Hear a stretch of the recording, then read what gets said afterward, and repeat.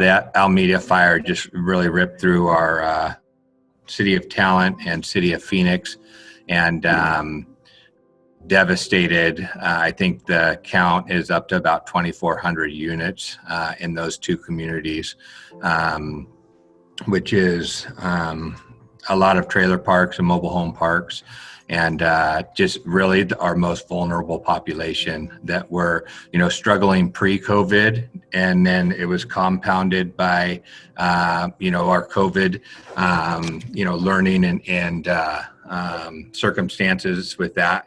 We lost thousands of Chromebooks that we had just delivered the day before, routers and things of that nature.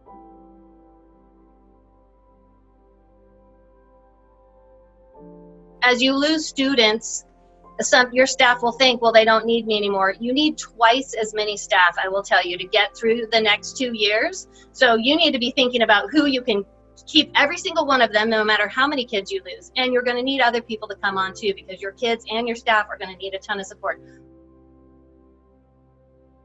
True. We didn't realize how much that McKinney-Vento was actually going to support and help our kids. So just play that card every single chance that you get.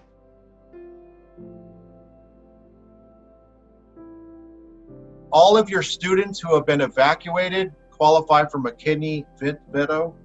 They're homeless. They're living in hotels, and they have rights, the same rights as a homeless child or a foster youth kid.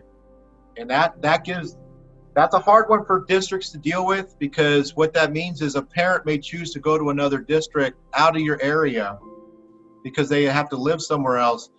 And your job is to make sure those parents and kids know they have federal rights to schooling no matter where they are as homeless children. We've seen districts try to not take someone in, let's say, because they say their school is full and all that crap. They have FERPA rights as homeless children. And this is just if they were evacuated temporarily. They are homeless status for the year. And you should use that to help get more services.